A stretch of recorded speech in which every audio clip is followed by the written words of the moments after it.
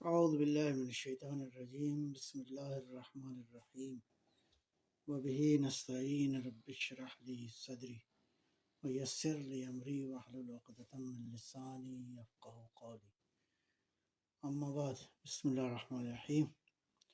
آج کا موضوع جو ہے وہ گزشتہ گفتگو ہی کا تسلسل ہے، اور یہ جو ہے وہ دعا ہے جو امام زمانہ صلوات اللہ سلام اللہ علیہ سے روایت ہے، اور دعا امام زمانہ کے طور پہ۔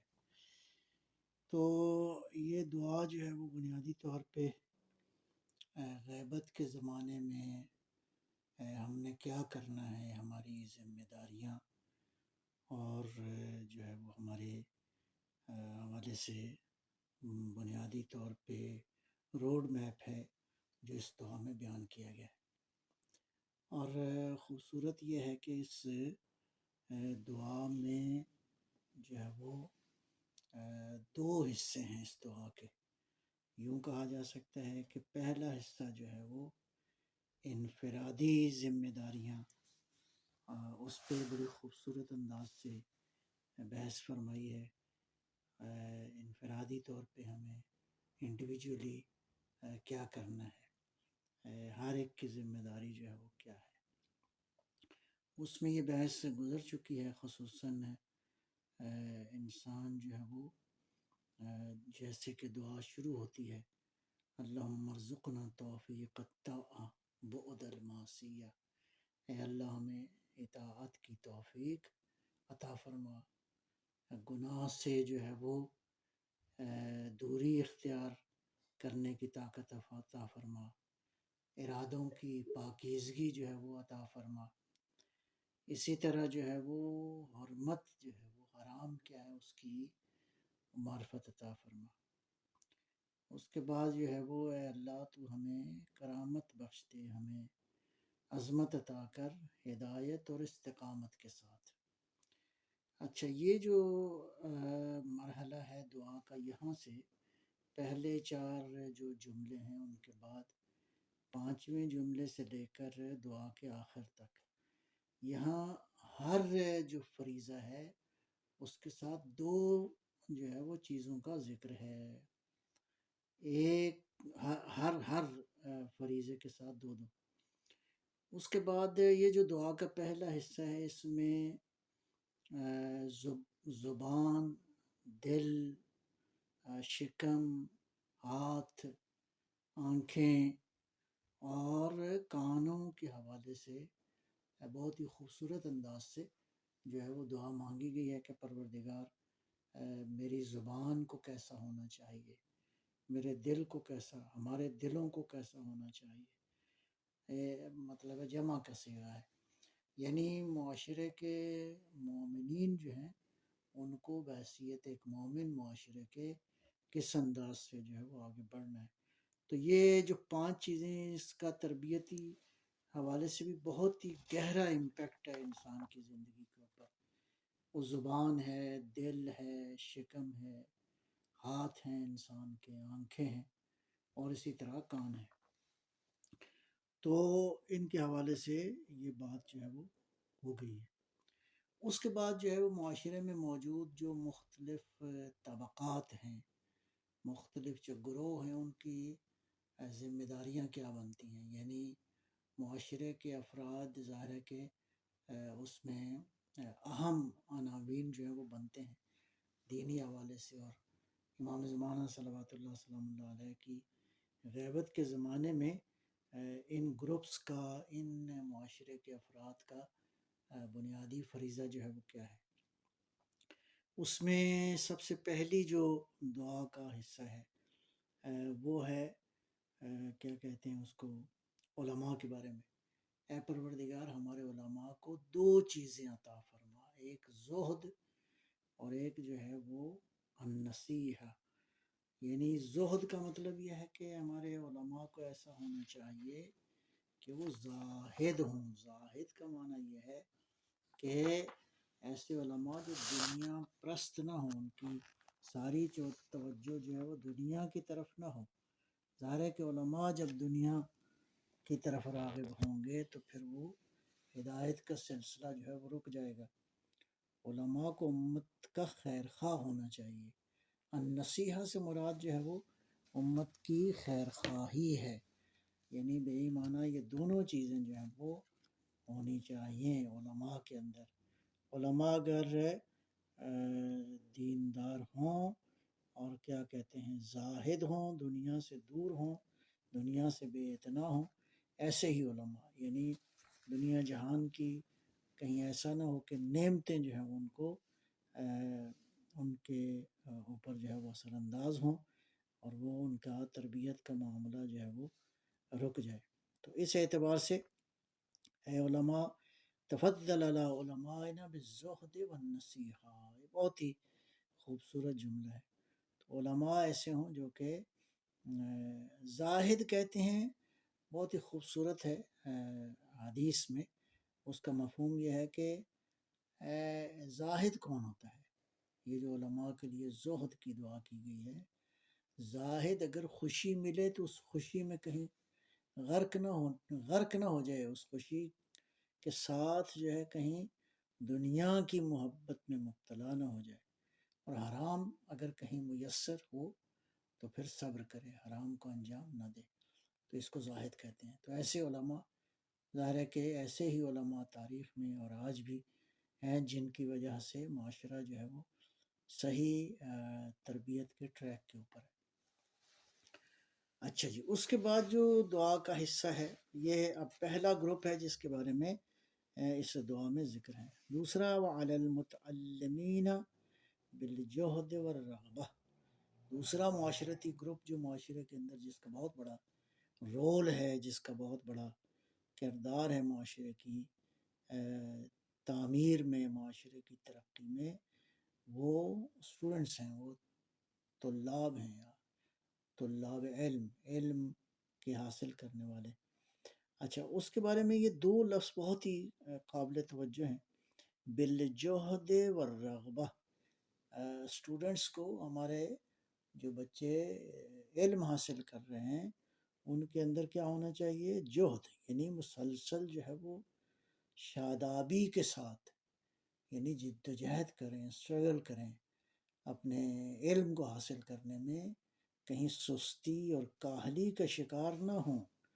یعنی اگر سستی اور کاہلی کا شکار ہوئے تو ظاہر ہے کہ یہ طبقہ جس نے واقعاً علم حاصل کر کے جو ہے معاشرے کی اصلاح کا معاملہ لے کے آگے بڑھنا ہے، تو یہ بھی، تو پہلی دعا یہ ہے کہ جہد ان کے اندر، یعنی مسلسل جو ہے وہ جد و جہد کا جذبہ پایا جاتا ہو، نشاط ہو، شادابی ہو۔ والرغبہ، رغبہ جو ہے یعنی واقعاً راغب، یعنی پیشن کے ساتھ یہ علم حاصل کریں۔ پہلا یہ ہے کہ یعنی کوشش کریں مسلسل، والرغبہ، اور پیشن کے ساتھ، پوری رغبت کے ساتھ، پوری نشاط اور شادابی کے ساتھ۔ حدیث مبارکہ ہے، اس کا ایک میں بہت ہی خوبصورت ہے، غالباً امیر المومنین صلوات اللہ سلام اللہ علیہ سے ہے، فرمایا کہ سستی کا جو ہے وہ نکاح ہوا درماندگی سے، یعنی سستی کا تعلق جو ہے وہ عجز سے ہے، یعنی عاجزی سے ہے۔ عاجزی وہ اس معنی میں نہیں ہے، یعنی درماندہ، سستی کا نکاح جو ہے درماندگی سے ہوا، اور اس کی جو اولاد پیدا ہوئی وہ فقر ہے، یعنی سستی کا تعلق جو ہے عجز کے ساتھ ہے، انسان عاجز ہوتا ہے، کوئی کام نہیں کر سکتا، اور اس کا نتیجہ پھر جو ہے وہ فقر ہے۔ یعنی بے ایمانہ کہ طالب علم جو ہے اس کو سست نہیں ہونا چاہیے، مسلسل جد جہد کا جو ہے اس کو۔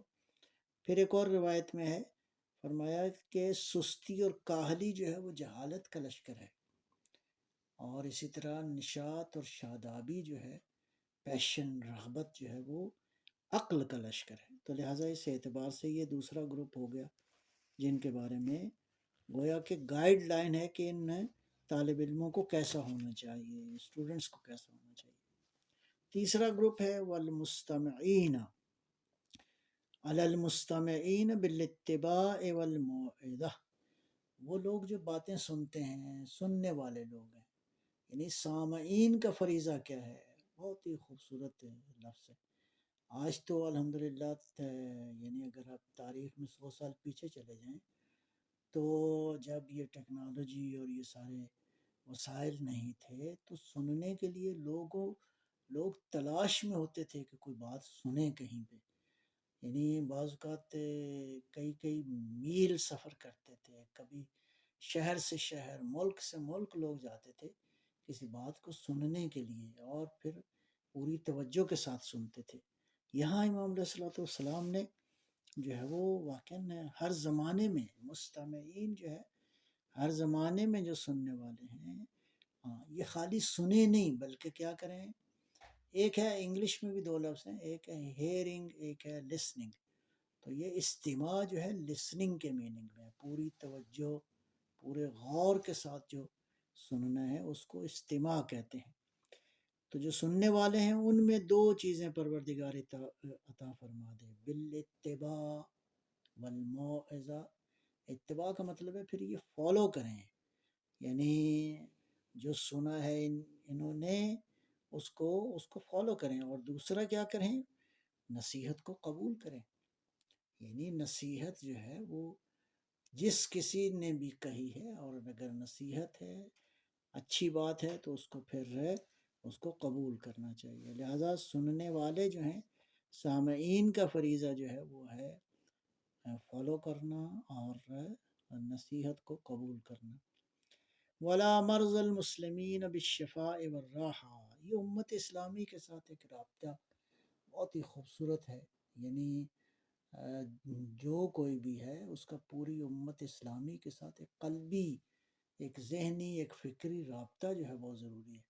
یہ جو اس رابطے کے حوالے سے تو قرآن کریم میں بہت کچھ ہے، خصوصاً یہ جو نماز میں ہم سورہ حمد کی تلاوت کرتے ہیں، ایاک نعبد و ایاک نستعین، یعنی انسان اکیلا بھی کھڑا ہو تو پھر اس کا مطلب ہے ساری امت کو، سارے مسلمانوں کو، سارے نمازیوں کو یاد رکھے۔ اور یہ بھی بڑا ایک خوبصورت رابطے کی جو ہے وہ دعا ہے، وعلی مرض المسلمین بالشفاء والراحہ۔ اے اللہ تمام تر مسلمانوں کو جو مریض ہیں ان کو شفا عطا فرما اور راحت عطا فرما۔ یہ دونوں چیزیں ہیں، بعض اوقات شفا مل جاتی ہے اور راحت نہیں ہوتی، یعنی تکلیف رہتی ہے فرض کریں، تو پروردگار یعنی شفا بھی عطا کر دے، ہر مریض کو، ہر مسلمان کو شفا عطا فرما دے، اور جو ہے وہ اس کو راحت بھی عطا فرما۔ پھر ہے وَعَلَى مَوْتَاهُمْ بِالرَّأْفَةِ وَالرَّحْمَةِ، امت اسلامی میں جو لوگ فوت ہو گئے، جو دنیا سے چلے گئے ہیں، ان کے ساتھ بھی ظاہر ہے کہ البتہ ویسے تو تعلیمات دین میں وہ جو دعا ماہ مبارک رمضان میں مانگی جاتی ہے، اللہ کی رحمت واسعہ اس قدر عظیم ہے کہ وہ سب کے لیے دعا ہے، اللہم ادخل علی اہل القبور السرور، یعنی تمام تر قبور کے اوپر، آگے اللہ بہتر جانتا ہے کہ اس نے کس پہ اپنی، یعنی ہم بخل نہ کریں، ہمیں جو ہے وہ اس معاملے میں بخل نہیں کرنا چاہیے۔ علی موتاہم بالرأفت والرحمہ، پروردگار جو ہے وہ جو مسلمانوں میں جو لوگ دنیا سے چلے گئے ہیں ان کے ساتھ مہربانی فرما، ان پہ اپنی جو ہے وہ رحمت کو نازل فرما۔ تو یہ گروپ ہو گیا، علماء کا ذکر ہو گیا، اسٹوڈنٹس کا ذکر ہو گیا، سامعین کا ذکر ہو گیا کہ سامعین کو کیسا ہونا چاہیے۔ اس کے بعد امت اسلامی کے ساتھ رابطہ ہو گیا، اس میں دو گروپس کا ذکر کیا ہے، ایک مریضوں کا اور ایک جو ہے وہ لوگ جو دنیا سے چلے گئے۔ اگلا جو ایک ہے وہ بھی بہت ہی قابل توجہ ہے، وَلَا مَشَائِخْنَا بِالْوَقَارِ وَالسَّکِینَہ، مشائخ کہتے ہیں جو معاشرے کے اندر جو لوگ بزرگ ہیں، جو بڑی عمر کے لوگ ہیں، بوڑھے ہیں، یہ بوڑھے جو ہیں ظاہر ہے کہ ان کی زندگی میں ایک بہت بڑا تجربہ موجود ہے، زندگی کے کئی نشیب و فراز انہوں نے دیکھے ہوتے ہیں، اور یہ ان کا رول بھی بڑا امپورٹنٹ ہوتا ہے۔ ہمارے معاشرے میں کسی زمانے میں ان بزرگوں کا رول واقعاً بڑا ہی امپورٹنٹ تھا. انفارچونیٹلی آج جو ہے یہ بزرگ بیچارے جو ہے وہ کیئر ہوم میں زندگی گزار دیتے ہیں. لیکن بہرحال دین یہ چاہتا ہے کہ ان بزرگوں کے ساتھ کنیکشن جو ہے وہ ہمارا رہنا چاہیے. البتہ خود بزرگوں کو اپنی بزرگی باقی رکھنے کے لیے معاشرے کے اندر ایک اہم رول ادا کرنے کے لیے جس چیز کی ضرورت ہے، بالوقار والسکینہ. ہر بزرگ بھی ایک جیسا نہیں ہوتا. جو بھی آدمی بزرگ ہو جاتا ہے، جو بڑا ہو جاتا ہے، تو اس کو یعنی یہ دو چیزیں بہت ضروری ہیں اس کی. وقار جو ہے ڈگنیٹی ہے.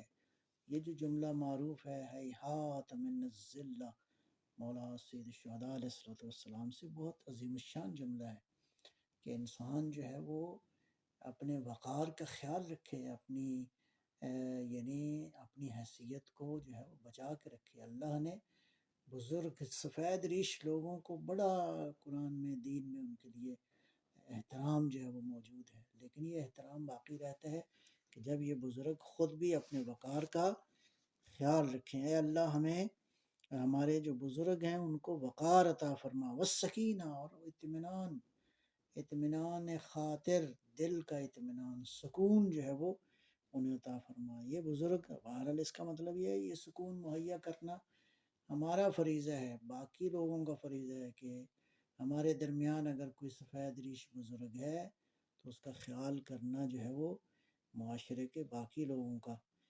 تو لہٰذا وعلی مشائخنا بالوقار والسکینہ، ہمارے جو بزرگ ہیں ان کو وقار، حلم، بردباری، سکون، اطمینان قلب جو ہے وہ عطا فرما.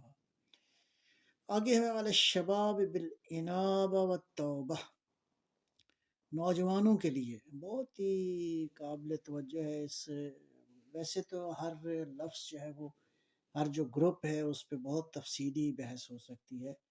جیسے کہ اب یہ کتنے گروپ ہو گئے، علماء، اسٹوڈنٹس، سامعین، سننے والے، مسلمانوں کے مریض، اموات، مشائخ، بزرگ لوگ، والشباب.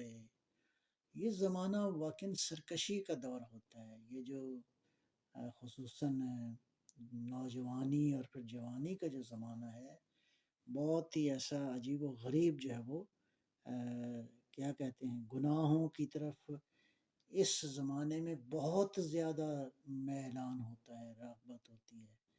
جوان یا نوجوان جو ہے بہت زیادہ گناہ کی طرف مائل ہو سکتا ہے. لہٰذا اے پروردگار تو ان کو توبہ اور انابہ بھی تقریباً جو ہے وہ اسی اعتبار سے ہے، توبہ ہی کے مفہوم میں ہے. یعنی انابہ یوں سمجھیں کہ خدا کے حضور اطاعت کی توفیق جائے. اور نوجوان کی اصلاح ظاہر ہے کہ اس کے لیے باقی معاشرے کے جو لوگ ہیں ان کو رول پلے کرنا ہے. نوجوان خود سے تو سرکشی کے ایک دور میں ہوتا ہے، بغاوت کے ایک دور میں ہوتا ہے. لہٰذا معاشرے کے جتنے باقی طبقات ہیں، وہ والدین ہیں، علماء ہیں، مراکز ہیں، دینی مساجد ہیں، فرض کریں دینی مراکز ہیں، یہ سب معاشرے کے باقی بزرگ لوگ ہیں. یہ سب کی ذمہ داری ہے کہ ان نوجوانوں کی تعلیم، ان کی تربیت، ان کو گناہوں سے دوری کے لیے جو ہے وہ ان کو ماحول دیں. اور کسی بھی معاشرے کا عظیم الشان سرمایہ یقیناً نوجوان ہوتے ہیں. اور دیکھا جائے تو انبیاء علیہ السلام کی تحریک میں، انبیاء علیہ السلام کی میسج میں جو کامیابی حاصل ہوئی ہے وہ ان نوجوانوں کی وجہ سے. حضرت آدم علیہ السلام سے لے کر خاتم الانبیاء صلی اللہ علیہ وسلم کے زمانے تک، اور اس کے بعد اگر آج بھی ہم دیکھیں کہ اگر کہیں دینی طور پہ کامیابی ہوئی ہے تو ان نوجوانوں کا بہت بڑا رول ہے. خود پیغمبر اکرم صلوات اللہ سلام اللہ علیہ کی سیرت طیبہ میں یہ بات موجود ہے کہ آپ نے ہمیشہ جو ہے اہم ترین ذمہ داریاں جو ہیں وہ نوجوانوں کو جو ہے عطا فرمائی. اور اس حوالے سے بہت ساری روایات بھی ہیں. اس میں ایک روایت جو میں عرض کروں گا امام صادق صلوات اللہ سلام اللہ علیہ سے ہے، اما عملتا اما علمت ان اللہ تعالی یکرم الشباب منکم، اللہ اکبر، کیا تمہیں معلوم ہے کہ پروردگار جو ہے تم میں جو نوجوان ہیں وہ اللہ کی نگاہ میں بہت قیمتی ہیں، بیلوٹ، یکرم، اللہ اکرام کرتا ہے جوانوں کا، یہ نوجوان یہ کیا کہتے ہیں، وہ جملہ معروف ہے، در جوانی توبہ کردن شیوہ پیامبریست، جوانی میں توبہ کرنا تو واقعا انبیاء کا کیا کہتے ہیں، یہ انبیاء تھے جو جوانی میں، یہ انبیاء کی طرح ہیں جو لوگ جوانی میں توبہ کرتے ہیں، اور اس کی مثالیں بھی ہمارے پاس تاریخ میں، قرآن میں، انبیاء کی تاریخ، یہ جو حضرت یوسف صلوات اللہ سلام اللہ علیہ کا واقعہ ہے کہ یوسف جوان تھے، نوجوان تھے، گناہ کی دعوت ملی، یعنی ہر طرح سے گناہ جو ہے وہ کرنے کے لیے جو ہے وہ کوئی پابندی نہیں تھی، رکاوٹ نہیں تھی اصلاً، اور محل تھا، قصر تھا بادشاہ کا، لیکن ایسے عالم میں خوف طاری ہوا اور گناہ سے جو ہے وہ انہوں نے مطلب اپنے آپ کو بچایا، سمیٹا، تو اللہ نے کتنے رتبے عطا فرمائے جناب یوسف صلوات اللہ سلام اللہ علیہ کو۔ پیغمبر اکرم صلی اللہ علیہ وسلم کی جوانی بہت پاکیزہ ہے، بہت ہی خوبصورت ہے، بہت ہی نورانی ہے، باقی آئمہ ہدا صلوات اللہ علیہ مجمع، اس سے بڑی دلیل کیا ہو سکتی ہے کہ امیر المومنین صلوات اللہ سلام اللہ علیہ انتہائی بالکل جوان تھے جب حضور نے ہجرت فرمائی، اور اس کے بعد جو 3 خواتین ہیں فرمایا کہ یا علی آپ لے کر آئیں گے، تو امیر المومنین صلوات اللہ علیہ مجمعین، یعنی مولا پر درود السلام ہو ان بیویوں پہ، ان پاکیزہ بیویوں پہ بھی، اس میں ایک حضور کی بیٹی تھی فاطمہ الزہرا سلام اللہ علیہ، کس قدر پاکیزگی تھی ان کرداروں کے اندر، کس قدر عظیم پاکیزگی تھی، لہٰذا اپنے نوجوانوں کو گناہوں سے روکنے کے لیے، نوجوانوں کے اندر فیوچر کی امید پیدا کرنے کے لیے ضرورت ہے کہ ہم سب لوگ مل کر ان نوجوانوں کو ایسا ماحول دیں کہ جس سے یہ نوجوان جو ہے وہ واقعاً دین پہ عمل کر سکیں اور گناہوں سے جو ہے وہ بچ سکیں، اور لہٰذا تاریخ میں بھی بہت ساری مثالیں موجود ہیں، آج کی حالیہ تاریخ میں بھی ہم دیکھتے ہیں کہ امام خمینی رضوان اللہ تعالیٰ علیہ کے کیا کہتے ہیں، اس انقلاب کی وجہ سے کتنے نوجوان، شاید ہزاروں نوجوان کہا جا سکتا ہے کہ جو یعنی گناہ سے نکل کر کس طرح عاشق خدا بنے، کس طرح ان کی نماز، کس طرح ان کی دعائیں، کس طرح ان کی زندگی کے اندر تبدیلی جو ہے وہ آئی، تو لہٰذا اس کے لیے بہرحال ہم سب کا فریضہ ہے کہ اس ماحول کو جو ہے وہ میسر کریں۔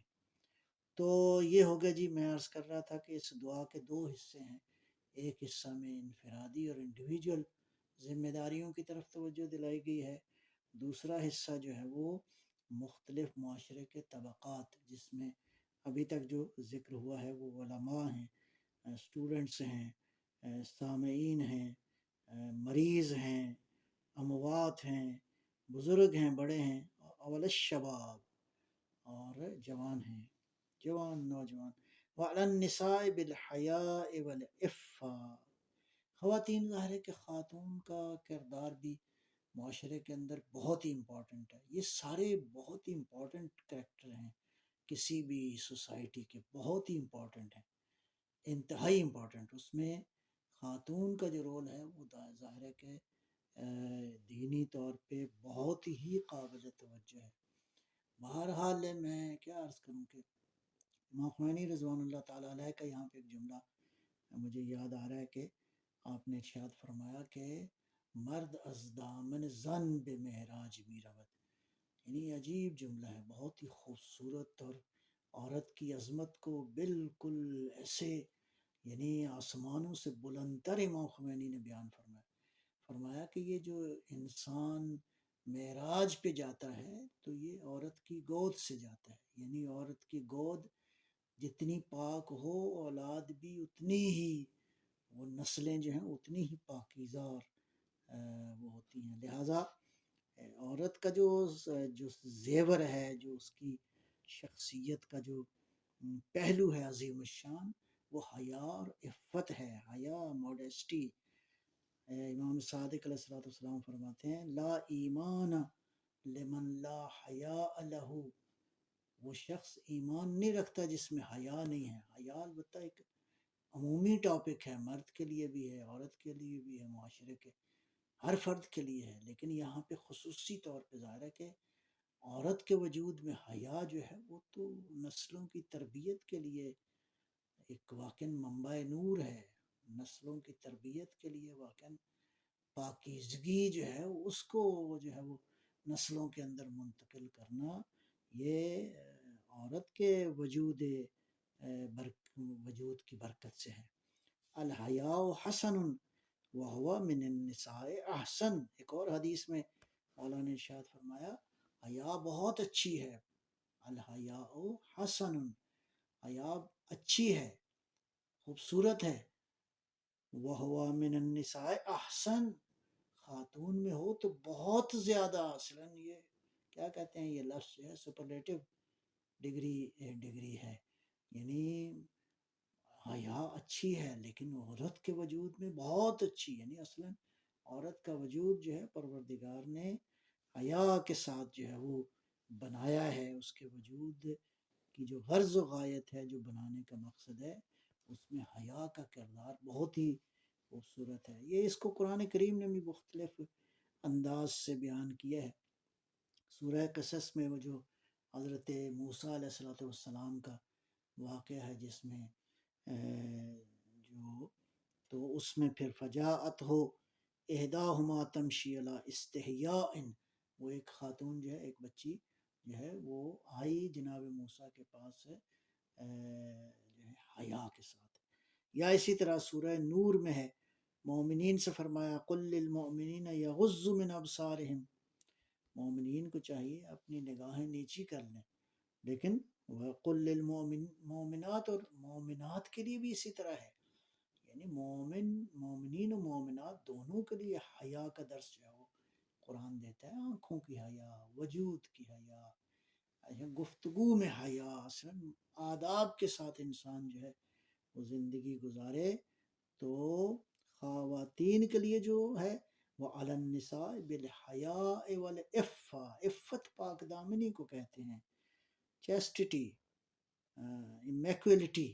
یعنی مطلب ہے عورت کا دامن جو ہے پاکیزہ ہو، پاک دامن ہو، گناہوں سے آلودہ نہ ہو. اللہ کرے انشاءاللہ یہ صورتحال جو ہے وہ خواتین میں بھی ہم سب جو ہے وہ انشاءاللہ کوشش کریں کہ معاشرے کے اندر ایسی خواتین جو ہیں وہ ہونی چاہیے. تو یہ واقعاً ایک بڑی تصویر کشی کی ہے اس معاشرے کی، جو معاشرہ امام زمانہ صلوات اللہ سلام اللہ علیہ کی خواہش ہے. اس دعا کے ذریعے گویا ایک میسج جو ہے وہ مولا نے دیا ہے اپنے چاہنے والوں کو، اپنے عاشقوں کو، کہ جو ہے وہ کس انداز کا معاشرہ جو ہے تم نے بنانا ہے.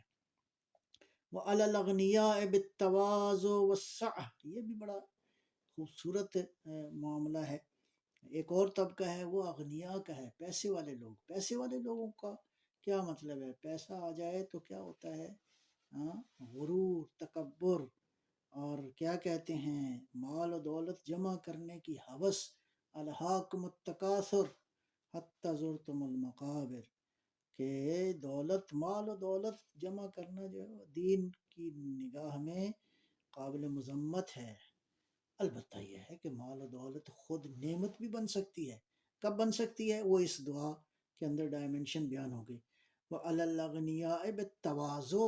غنی جو غنی ہے اس میں تواضع آئے، اس میں عاجزی آئے، اس میں انکساری آئے، اس کو ڈاؤن ٹو ارتھ ہونا چاہیے. امیر المومنین صلوات اللہ سلام اللہ علیہ سے ایک روایت ہے، بہت ہی خوبصورت روایت ہے. فرمایا ان اللہ فرض فی الاموال فی اموال الاغنیاء اقوات الفقراء. اللہ نے جو لوگ پیسے والے ہیں ان میں فقراء کا کی ضروریات کو رکھا ہے۔ فقراء کی ضروریت جو ہے وہ ضروریات وہ ان لوگوں کے مال میں ہے جن کے پاس پیسہ ہے، ماشاءاللہ اللہ نے دیا ہے۔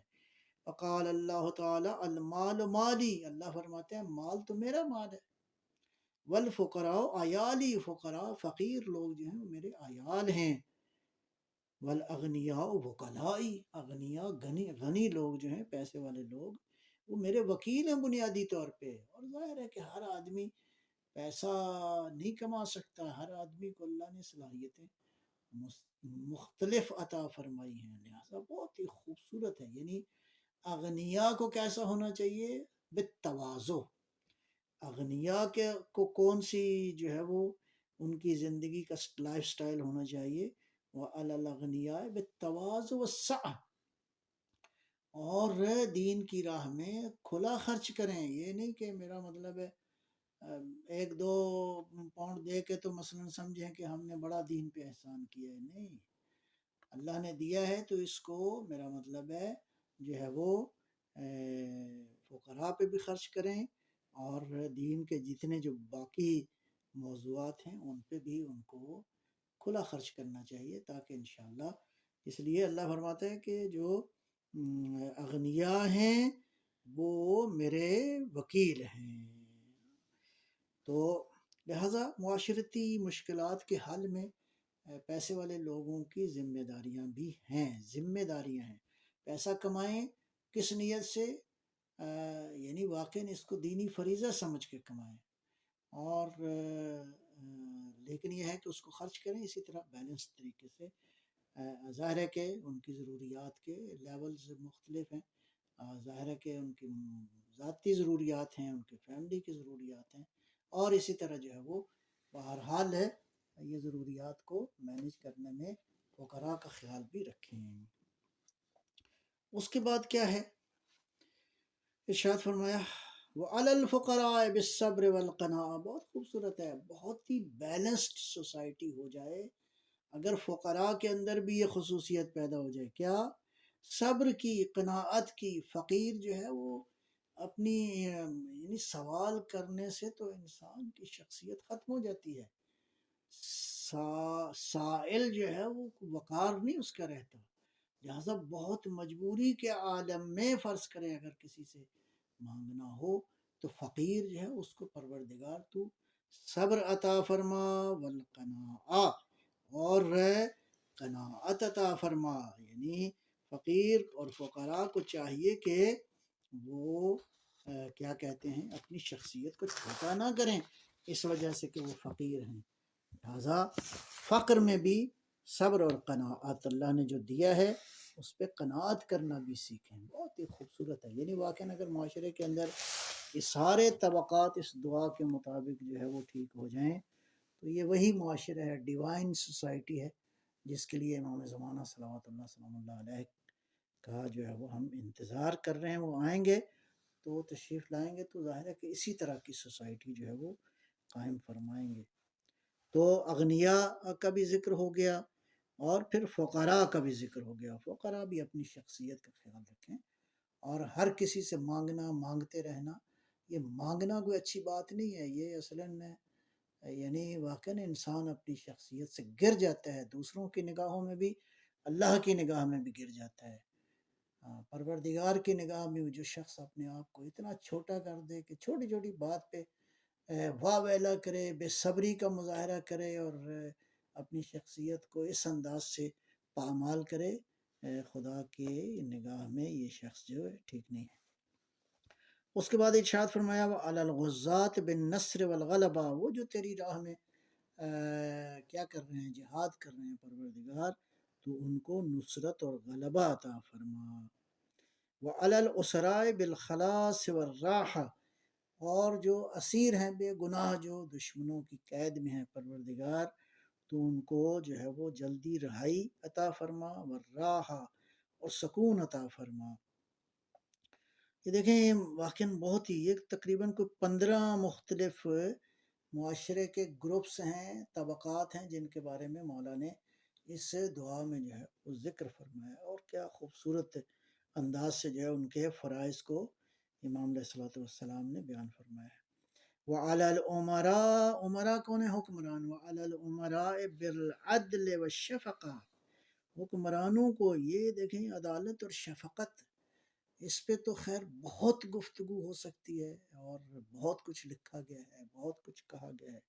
حکمرانوں کا کام اس دعا کے حساب سے عدالت ہے، شفقت ہے رعیت کے ساتھ، عوام کے ساتھ. اور عدالت ایک ایسا معاملہ ہے کہ عدل سے جو ہے وہ حکومتیں قائم رہتی ہیں. عدل یعنی عدالت ہے بنیادی طور پر. قرآن کریم نے کیا فرمایا؟ ان اللہ یأمر بالعدل والاحسان، اللہ تمہیں عدل اور احسان یعنی نیکی، وہی شفقت تقریباً تمہیں حکم دیا ہے، عدل کا اور احسان کا. امیر المومنین صلوات اللہ سلام اللہ علیہ جیسی ہستی جو کہ شدت عدل، اور کہتے ہیں نا کہ امیر المومنین کی شہادت ہوئی، قتل ہوا لشدت عدل ہی، اس قدر شدید عدل کے مولا جو ہے وہ حامی بھی تھے، اور خود آپ کی ذات مبارک جو ہے وہ مظہر تھی عدالت الہیہ کا. ارشاد فرمایا العدل زینت الایمان، عدالت جو ہے وہ ایمان کی زینت ہے. ایمان اگر مزین چاہتا ہے کوئی بندہ تو اس کی زینت جو ہے وہ عدالت ہے. العدل حیات الاحکام، احکام الہی کی زندگی، یعنی احکام اگر چاہتے ہو زندہ رہیں تو عدالت سے زندہ رہیں گے، عدالت قائم ہونی چاہیے. احکام الہی کی زندگی، اللہ اکبر، بہت ہی قابل توجہ ہے یہ فرمان. العدل حیات الاحکام، احکام کی زندگی، احکام زندہ رہتے ہیں کس کے ساتھ؟ عدالت کے ساتھ. العدل قوام الرعیہ، یعنی اگر پبلک کو چاہتے ہو کہ یہ پبلک ٹھیک رہے، یہ مضبوط رہی ہے پبلک، واقعاً یہ امت جو ہے وہ ایک بڑی امت ہو، تو اس کے لیے عدالت شرط ہے. العدل قوام الرعیہ، ورنہ ٹوٹ پھوٹ جائے ہر چیز اگر عدالت جو ہے وہ نہ ہو. دوسرا جو ہے وہ عوام کے ساتھ محبت ہے، شفقت ہے، ان کی مشکلات کو حل کرنا ہے. یہ حکمرانوں کی ذمہ داری ہے کہ لوگوں کی، عام پبلک کی مشکلات کو حل کریں. امیر المومنین صلوات اللہ سلام اللہ علیہ ارشاد فرماتے ہیں کہ تقریباً غالباً جملہ یوں ہے، وہ تقریباً اس طرح ہے کہ ارشاد فرمایا کہ میرے دور حکومت میں ایک دن بھی کوئی بھوکا جو ہے وہ رات شام کو بھوکا نہیں سویا، ایک شخص بھی کوئی رات کو بھوکا نہیں سویا. یہ بہت بڑی بات ہے، اور یہ کس کی وجہ سے ہے؟ اسی نظام عدالت کی وجہ سے، امیر المومنین صلوات اللہ سلام اللہ علیہ. اور یہ عدالت جو ہے وہ کوئی عقیدے کی بنیاد پہ نہیں ہے. شہر انبار پہ شام کی فوج نے حملہ کیا، اور ایک فوجی جو ہے ایک یہودی عورت کے پاؤں میں پازیب تھی، وہ چھین کے تو بھاگ گیا، قیمتی ہو گئی یقیناً. تو یہ واقعہ اتنا عجیب و غریب تھا کہ جب کیپٹل میں یہ اطلاع ملی تو امیر المومنین صلوات اللہ سلام اللہ علیہ نے ایک جملہ ارشاد فرمایا اگر یہ واقعہ، تقریباً مفہوم اس جملے کا یہ ہے، یہ واقعہ اگر کسی مسلمان کو معلوم ہو اور وہ غصے سے دق کر کے مر جائے تو حق ہے. اللہ اکبر، اللہ اکبر.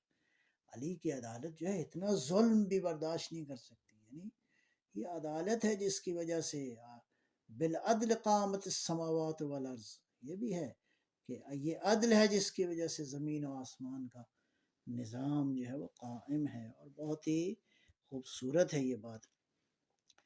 اب چلتے ہیں تھوڑا سا آگے، اور وہ کیا ہے؟ وَعَلَى الرَّعِّيَّةِ بِالْإِنصَافِ وَحُسْنِ السِّيرَةِ، عوام کو بھی چاہیے، یہ کچھ حقوق جو ہیں وہ عوام پہ بھی بنتے ہیں. اگر حکمران اچھے ہیں، اگر حکمرانوں کے اندر مطلب وہ نیک ہیں اور واقعاً پبلک کا خیال کرتے ہیں، تو پھر عوام کو بھی چاہیے انصاف سے کام لیں. حسن السیرہ، اور یعنی اچھا معاملہ کریں، حسن سلوک کریں اپنے حکمرانوں کے ساتھ، انتہائی اچھے اخلاق کے ساتھ پیش آئیں. وائس ورثہ ہے، حکمران بھی اچھے ہوں، پھر رعیت کو بھی چاہیے اپنے نیک حکمرانوں کا پوری طرح خیال رکھیں. آخری جملہ جو ہے وہ قابل غور ہے، میں اپنے وقت کے حساب سے ذرا عرض کروں گا، اور وہ کیا ہے؟ بارک للحجاج والزوار فی الزاد والنفقہ، اے پروردگار حاجی اور زائرین، حاجیوں اور زائرین کو جو ہے وہ ان کے لیے زاد و توشہ اور ان کا نفقہ جو ہے پروردگار تو عطا فرما دے، تاکہ وہ ان کی زیارت اور حج کا جو ان کا ارادہ ہے وہ پورا ہو۔ یہ بہت ہی خوبصورت ہے۔ ظاہر ہے کہ آج تو خصوصاً ہمیں محسوس ہوتا ہے کہ حاجی اور زائرین جو ہیں یعنی ملینز کی تعداد میں ہر سال جو ہے مسلمان حج کے لیے جاتے ہیں، زیارت کے لیے جاتے ہیں، عمرے کے اوپر جاتے ہیں۔ تو پروردگار ان کے لیے خصوصی مولا نے دعا فرمائی ہے، بفضلک و رحمتک یا ارحم الراحمین، اے پروردگار اپنی فضل اور اپنی رحمت کے صدقے سے تو جو ہے وہ ان دعاؤں کو قبول فرما۔ بہرحال یعنی بہت ہی خوبصورت ہے۔ دعا کا پہلا حصہ میں نے عرض کیا کہ امام علیہ الصلوۃ والسلام نے انفرادی جو ہے وہ ذکر کیا ہے دعا کا، اور اس کے بعد پھر معاشرے کے 15 طبقات ہیں، اور یہ 15 طبقات یہ واقعاً اگر یہ ٹھیک ہو جائیں تو سارے کا سارا معاشرہ جو ہے وہ ٹھیک ہو سکتا ہے۔ اور کس انداز سے ان کو، اور یہ دعا کے اندر وہ سارے بیسیکلی ذمہ داریوں کے اینگل مولا نے بیان فرمائے ہیں کہ جن زاویوں پہ ہمیں ضرورت ہے کہ ہم انشاءاللہ انہی زاویوں پہ اور اسی ٹریک کے اوپر جو ہے رہیں، اور اسی لائف سٹائل کے ساتھ جو ہے وہ کامیابی ہے۔ السلام علیکم ورحمۃ اللہ وبرکاتہ۔